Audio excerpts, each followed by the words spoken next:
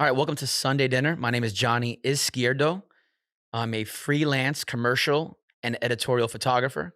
I'm originally from New Jersey, but now I live in the great state of Tennessee. And to me, the best city in the world, Nashville, Tennessee. I'll be happy to argue that, even though I've only been here for a year. This podcast, I've tried this before, and I'm happy to get it back on the ground and running. It's going to be a lot about life, um, dreaming big, and definitely bringing you into my photography world. There's a lot of creative photographers, good friends of mine. We're always behind the camera, and I think a lot of people kind of forget who's behind the camera, forget how difficult it could be. Um, and I really want to just kind of bring people into this world. I think it's so exciting and new, and obviously I fell in love with it. So super stoked to talk about it, and super stoked to share my experiences with the world and y'all, and happy to answer questions in the comments below that anyone may have. So I'm ready to kick this off. And Drew and Lagos Creative, I'm happy that you guys are having me here. I'm super pumped to bring my Sunday Dinner podcast back to life. Happy to have you. How long have you been a photographer? Yeah, so I'm going photo now. I started as a hobby in 2016. Um, so that's gonna be now. It's crazy how fucking time flies. That's 7 years now. My first I do mainly sports stuff, sports and lifestyle stuff. My first sports paid gig was July 31st, 2017. And obviously it meant so much to me. That's why I remember the date and I never will forget it. So I'm going to be entering, am I doing the math right? Season 7, I think. Right? I like how you put it in seasons. Yeah, seasons. Yeah. So season 7, each season had its own, I treat this for real. This is like how an athlete would treat a season in their game, or an artist would treat an album that they're creating. I kind of put my photo life into that perspective. So yeah, I'm entering season 7 in July. And then I did it like a year and a half before that as a hobby. And then it, grace of God and the universe and just hard work, it's became this full-time life for me that I've been immersed in, and being able to like live out my my dreams and how I've been able to live out how I wanted to live out. So I'm super thankful for photography for that reason alone. What was that first gig on July 31st? Yeah. So that first gig I had as a photographer on July 31st was a New York City street ball. And I don't know, Drew, if you've ever been up to New York, like to see. I've been to like Times Square and stuff, but like. So street ball in New York is like, it could literally be the NBA finals, man. It's fucking crazy. Like the culture out there, it's everyone from the city. I'm getting goosebumps talking about it. So envision being in New York, heart of the summer. You got smoke in the air. People are drinking on the sidelines. People are rooting for their favorite players. And these are not NBA guys. These are either, ex-pros, college guys, or maybe high-level high school athletes that are playing. And there's rules, but there kind of isn't. There's a lot of one-on-one, a lot of showmanship, and the energy is electric. It's packed houses. There's moments where a player can go one-on-one with another player, and the crowd will kind of just gather in close, and it'll be this like crazy like arena, and it's something really undescribable unless you've been there. But that was my first assignment that I got, and I got that because a good friend of mine, Trevor, he had came into the bar that I was working with. Because at the time when I got into photography, I was bartending, just trying to figure out my life. And Trevor had asked me, "Hey, you want to come down to the to Dyckman?" That's the court that they were called. And all my New York viewers will know how iconic Dyckman is for New York City street ball in the summer. And that was the first time I photographed sports. And I remember not knowing about it. And I Googled the settings. I'll never forget it. What settings do you need to photograph sports? I'll never forget it. Oh man. But I think this goes back to like, I didn't say no to Trevor. I didn't wait until I perfected this craft to go ahead and do it. And I've always been like this. I just went ahead and said, yeah, and then I'll figure it out along the way. And obviously there's levels to that. You don't want to overpromise someone that you were doing. This was just this wasn't like a high paying gig or high stakes. This was very loose. So I just went there. Yes. I had an idea of photography, but that was my first sports gig in Dyckman, New York City street ball. Something I'll never forget. It's something that I still go back and photograph for the last 5-6 years. I'm actually going back to New York in August to photograph 2 more of them. And then I'm thinking maybe in the next year or two, I'll end up putting together a book of my first 5-6 years of New York City street ball. That would be cool. Yeah, Ye- that's a really, really cool idea. A Yeah, good yeah. I look. think it's, in photo, I think I tell people when you can get a body of work for longer than just a year, if you can do 5 years of work, 10 years of work, 20 years of work, that's really what's going to separate the goods from the greats and the greats from the legends. If you can keep doing this at a high level, and showcasing your work at a high level. But yeah, that's where it started. And like I said earlier, something in my heart that I always want to make sure I keep continuing to do because I'm loyal to, what first put me on. So great experience. You're going to have to, I'll send you a couple photos and links so you can get a vibe of how intense it is there for sure. Yeah, I feel like everybody's seen like a movie with New York street ball, Okay, perfect. but like in real life, it's probably It's wild, yeah. yeah. So yes, the movie. Okay, so like movie-esque, like there's some movies like Above the Rim, and there's a few others that a little bit of what's the movie with fucking Jesus Shuttlesworth? Why am I drawing a blank with that? And Denzel. This is a shame for me.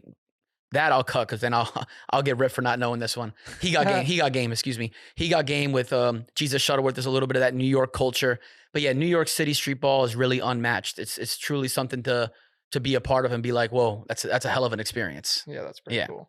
What was the first camera you had? Man, my first camera. So I really initially got into photography because I was initially in the wedding business where I was doing we were doing like wedding events, lighting, photo booths, DJing. I was more coordinating that.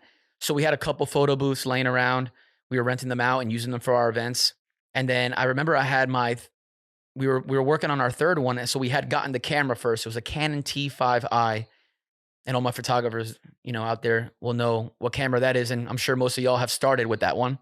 But I remember having that camera, and before we built that last photo booth, it was more so for me to just go out and get a new hobby. I think I was in my mid-20s. I was kind of going through a lot of anxious periods of my life, like many, young men and women do in their mid-20s and 30s, and just throughout life. And I used taking photos as a mechanism to kind of calm, my nerves down. So I remember taking that T5i maybe like once a week down to Hoboken, New Jersey, and even into the city where I would document skylines and cityscapes and sunsets and sunrises. And that's how I started getting addicted to photography was just that peaceful moment that it would bring me when I was behind the camera.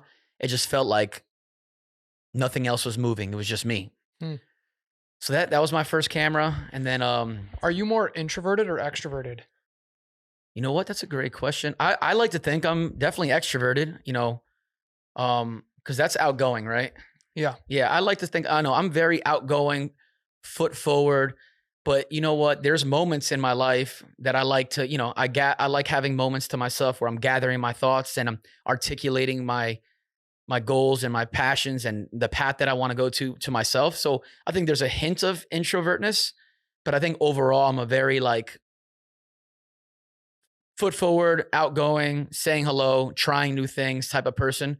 Because there is a space where you can be both, Totally. right? But yeah, that's where again, it's like, I can dream big and then do this, I'm a push forward type of dude, but then it's like, I'll have those moments, like I said, whether I'm by myself or with my camera, where it's just like, I'm at peace. And it's just really nice to have that type of vibe. Yeah, I feel like I asked that question because you mentioned like being behind the lens and like giving you a lot of peace. I feel like I could see how for a photographer to be shooting an event, you don't have the pressure of needing to go interact with all these Mhm. other people. You can if you want, but you can kind of just like stay behind the lens, and that's like a perfectly acceptable. You don't have to like put yourself out there if you don't want to. Yeah, I agree. It's kind of like a safe spot. Yeah, that's actually a really good point and perspective. And I think that's why I don't want to say all photographers are introverts because I don't want to speak out of context, but I think a lot of people that get into photography is for that very reason, Drew. Like when you kind of brought it up, is like where it's a safe spot where it's like, oh, you don't really need to interact. I mean, like you can go to, okay, I went to go photograph a game and I don't need to talk to anyone there if I don't want to. I can literally show up and go, hey, I sit down in my seat, I photograph the game, whether it's Titans, whether it's Vandy, whether it's whatever it may be, right? And I don't have to say anything. I can be behind the lens, behind the camera, and and I clock in there and clock out, and I don't have to say anything. And then you showcase your work, and you get your responses or whatnot. But yeah, I like to say I think I have a little bit of that, but I think overall I'm a very even when I'm showing up to jobs, hey, how you doing? I like talking to people.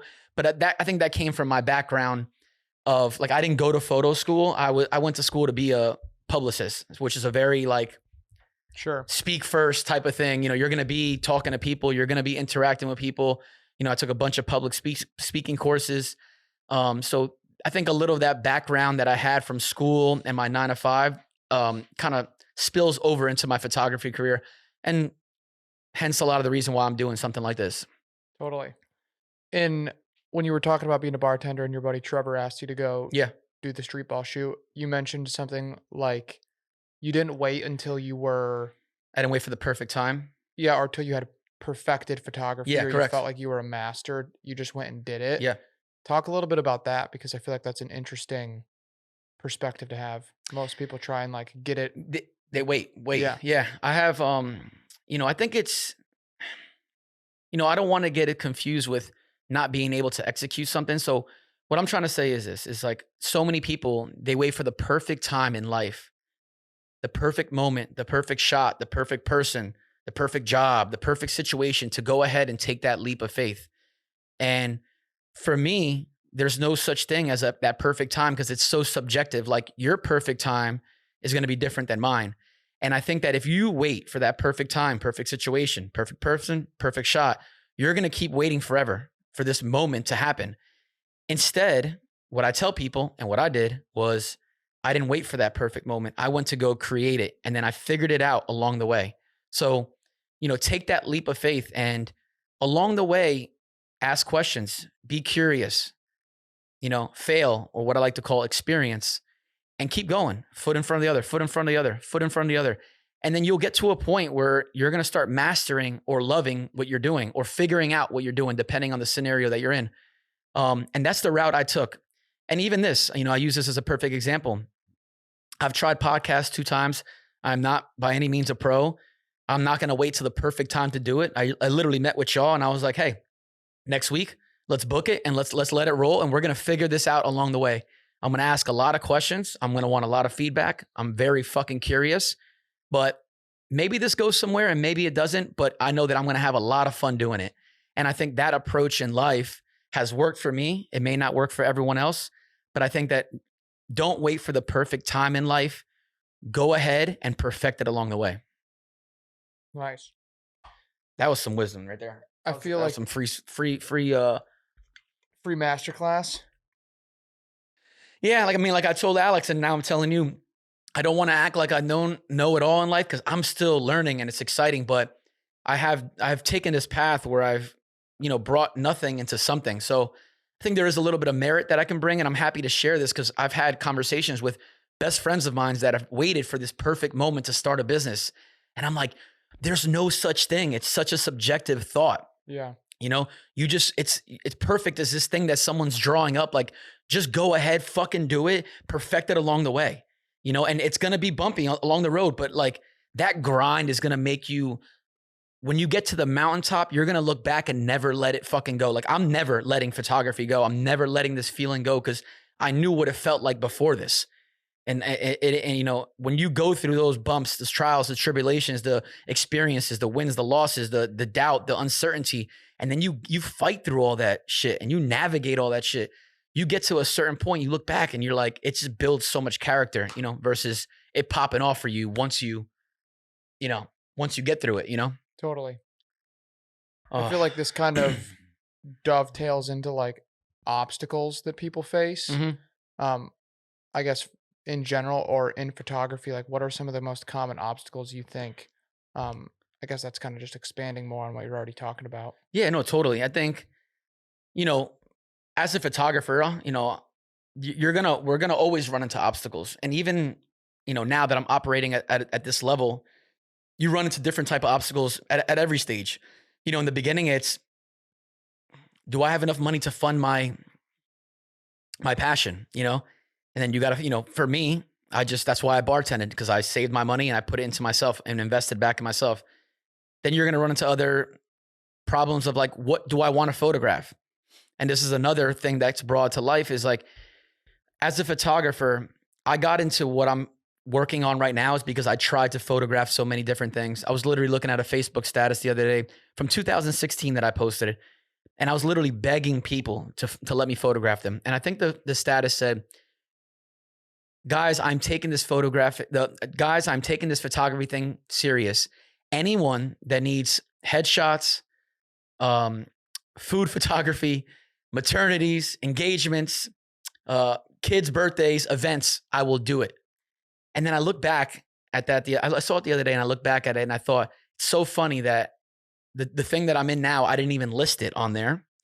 And also, what was I thinking trying to photograph all those different things? But it's so good to try so many different things in life. So then you're going to know what path and what route you can go, what you like and don't like. It's very similar to dating. You know, you date, you like this from that person, you like that from this person. Oh, you don't like that. Nah. And you start pushing yourself in a certain path. It's no different than your career or in school, right? You're taking different classes to find out what you like. That's the same approach I had with photography. And I think that can go through all walks of life.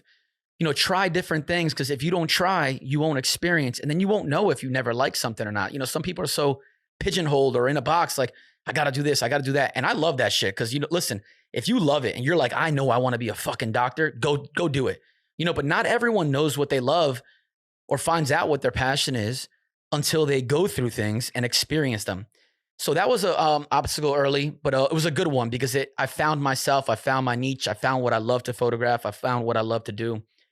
And then you start navigating, you know, the nuances of, you know, financials and who's gypping you, who's trading you money for exposure and all that stuff. But I think every business has that type of bullshit, you know, political bullshit. So you're always going to face obstacles. I think that as long as you understand that they're going to come and you're going to get through it, and it may push you 2 steps back, but you're always going to go a step forward. If you have that mentality, that mantra, you'll be all right, because at every stage, it always looks greener. You know, even now I had a young photographer who had DM me. He's like, man, I'm dying to get where you're at. Like, it's so awesome. And it is. And I'm so nice. I love hearing from the people that are starting, but there's also, you know, I deal with a lot too, because I'm trying to push myself to a certain level. Oh, am I trying to go this direction? Oh, I got to keep up with this. And, you know, every stage in life, you're always going to run through obstacles. The grass isn't always going to be super, super green. It's going to be green where you watered it. But I take those obstacles all with a grain of salt. It's just kind of part of the thing, you know. It gives me some texture. So, I guess, how did you like get inspired to start photography? Like, what was like was there a moment that you can recall that was like you picked up a camera and it was like, oh man, I really want to get behind a lens? Or like, what inspired the start? mhm. Yeah, man. What inspires? A great question too. Is like, and I get asked that a lot from a lot of people in the photo world. Is, I think I had touched on it a little bit before. You know, I stepped into photo by accident. It was literally just lying around as a camera, and my mother suggested that, hey, why don't you pick this up as a hobby? You know, because I was going through a lot of anxiousness during that time of my life, and I picked it up. I never forget. I drove down to Hoboken, New Jersey, and I just started photographing, like I said, buildings and trees and birds and leaves and just random shit. And I remember how I felt when I took it. And it was just, like I said, a sense of like nothing else was moving. It was just me, my camera, and that very moment in the world. And it was just a passion in me, like a feeling I really couldn't describe. And that led to me, like I said, being curious and in photo. Oh, what else can I photograph? And then it led to people, and then the way I would photograph a person and how they would feel when they were on set with me, or, you know, at that moment with me, it really made me feel alive. So I think that's when I knew that it interested me a lot. And I was like, man, this is really fucking awesome. But at that time, when I first started photo, I never thought that this would be I didn't think it was going to get as big as it's gotten. And I didn't think it would be all this, but it has. And I think the moment, you know, as I started navigating those again, I didn't wait for this perfect time. I just kept going, kept trying things. I didn't wait for anyone to tell me, "Hey, Johnny, now." I just went. I think there was a moment when I started getting some gigs. I was doing some stuff with Nike and different brands. And I'll never forget this agency, Victory, a good friend of mine, Mario. He had hired me to do this shoot with Kevin Durant. This was at the time when he was with the Warriors, and it was a Nike gig, and he's sponsored by Alaska Airlines, and the shoot was they picked up high school kids in LA, and they flew to Oakland, and then they picked up another group of kids, high school kids, basketball players from Oakland, but KD surprised them on the plane as a stewardess. So it was a really cool moment. And then we went from Oakland to Vegas and then back. So these high school kids were going to play a tournament, but Kevin Durant and his plane at Alaska Airlines flew these kids there, and they had an opportunity to interact and meet with KD. And I was photographing the whole thing. It was a really, really fucking cool event, man. At like 35,000 feet with, a top 15 player of all time potentially, and seeing the way these kids were and reacting. And then one of the kids had wrote him a letter, and I had this really, really amazing photo with Kevin sitting first class with his legs up because he's so tall, and he's reading this letter from this fan. And at that moment, I was like, shit, this can be a career. And then that was the moment that I knew. I was like, hey, if I'm going to keep this going. Chips are all in. And I think shortly after that, I had to quit my bartending job. And then I went all in with photography. Yeah. Dang. Wow. Now that I think about it.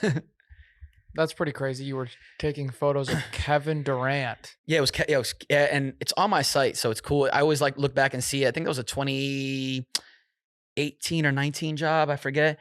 But yeah, he was literally on the plane, 3 stops, man. LA to Oakland to Vegas. And it was really, really cool to be up there with him and just seeing the whole dynamics and just being a part of that type of caliber person, and also a powerful story really ignited me. And then I just went full force after that. And it's just kind of grown and stuff. But that was the moment that I had left my bartending job, and I was like, hey, you know what, photo, this is going to be me. And we're going to just keep taking it different levels and different avenues. That's pretty awesome. Is there like a photographer that you look up to, are most inspired by, or like a hero? Yeah, for sure. See, when I try not to look at too many photographers, and everyone can approach their life differently. I really don't care. But for me, I don't like to look at too many, because then I don't want to get like into this bucket where like I'm trying to recreate what someone has done, or their style will start to influence me, because a lot of people do that. It's like, you start looking at so many other people's work, and you're like, oh shit, mine's not even good. Oh shit, I got to do mine like that, more like that. And then you kind of lose your identity. So I have this small core group of people that inspire me, who have became friends, and I like looking at their work, but I usually kind of stay radared in on mine. And I took that mantra because I think once Lil Wayne, I think right when he was at the peak of all those mixtapes, he had said, hey, I only listen to myself. I don't like to listen to other people, because then I'll get overly influenced. And I always kind of kept in my head. So that's how I approached my photography career. But there's a handful of guys that I love, but Walter Yost, to me, he's the greatest that's done it. And obviously that's a subjective thing. But for me, in photo, what makes you the greatest is operating at a high level for many, many years. And he's done the Jordan book. He's shot commercial work. He's done photojournalism work. And then he's done portraits. And that's like the realm that I'm in. I'm not going to sit here and say I haven't mirrored my path towards his. I think there's definitely hints of his style into mine. But just the way he's captivated images and has told stories has really brought me. I remember seeing his first images. He has photos of Jordan, Pippen, and Rob and Harper playing cards on a plane. He has photos of like Jordan in his room just having a moment to himself. And the way that he has garnered so much access and trust from these athletes is something that like ignited me so much. I was like, wow, I've never seen a photo of some of my favorite athletes off the court. So that was the first initial like interest in photography. I was like, wow, this guy really has a knack for gaining trust, gaining access, and doing a beautiful job telling that story. So he's been my main inspiration. But just, there's guys out there like, Nat Butler, my good friend Michael Reeves, Logan Riley. These guys have stayed close to me in my photography career, who's helped, push me my way. But Walter Yost is the guy, is my photo hero for sure. Nice. Have you ever met him or no? I haven't. I have DM'd him twice, but now I realize that I'm going to cut this up as a segment and I'm going to post it and say, hey, Walter, I would love to come to Montauk, New York and chop it up with you. Cause you've helped spark the interest that has led to me to live the life that I've been wanting to live. And, for that, I'm forever grateful for sure. Nice, dude. What would you tell young Johnny? What would I tell young Johnny? This is a great question. What I would tell young Johnny right now, if he was sitting right here with me, I would say, life is going to get confusing. There's going to be a lot of societal pressures and pressures from family and friends to push you a certain career route or life route. It's not their fault. It's just what they know. You're going to get an inkling to try something else. And somewhere in your gut is going to tell you, hey, I want more. I can do more. You're going to question if you can follow that gut, that feeling, because the path that you want to go is the road less traveled. And you're going to get to that moment and your mom is going to get really, really mad, my friend. And you're going to quit your job one day and you're going to hide at your shore house in New Jersey and not tell her for a few weeks until that your lovely mother will find out that you have not been going to work. It's going to be a really weird period in your life the next 10 to 20 months. Keep your foot on the ground, trust your vision, trust your passion, trust that you left your situation because it was the right thing to do. And then you're going to come across this object, that you're going to come across this object that freezes people and moments and things in time, and you're going to fall in love with it. And even then, you're going to still roll into some other confusion because whoever thinks that they're going to grow up and be a photographer? Not many do. And again, you're going to have some combative thoughts with yourself and your family and your friends. And some people may laugh at you and question if you can do this for real. And there'll be a few people that tell you, hey, Johnny, everyone's a photographer. What makes you think that you're going to make it? If you can drown out that noise, Johnny, and you can put your head forward, chin up, and one foot in front of the other, and keep working hard, keep being a great person, keep being curious in life, and let that curiosity take you places, I think that you can be one of the greatest photographers and storytellers when it's all said and done. So that's what I would give my younger self, that advice. Nice. That's inspiring. Yeah. So now that I'm up here, I just got to just keep it going. I try to remind myself because I think a lot of people and myself, you get lost in the moments, right? It's just natural. Like we're out here, we're working, you're recording, you're producing shows. I'm now doing podcasts. I'm taking photo, click. Next athlete, Foot Locker, Adidas, Puma, Gymshark, Nike, Oakley. And it just goes and you become numb to it a little bit.